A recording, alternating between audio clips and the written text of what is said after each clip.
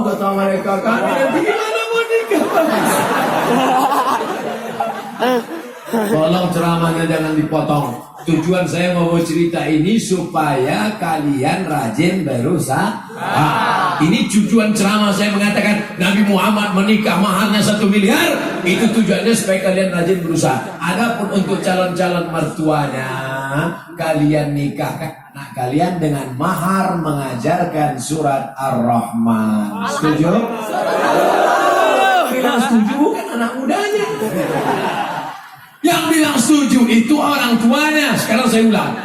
Anak-anak mudanya, siapkah kalian menyiapkan mahar seperti Nabi 1 miliar?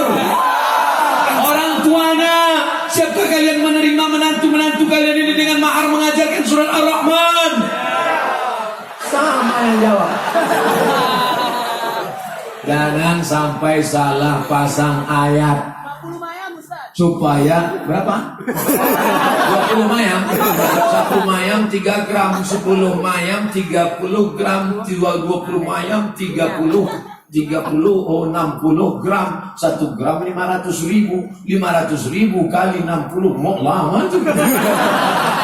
Tapi insya Allah Allah akan mudahkan rezeki kalian anak-anak muda.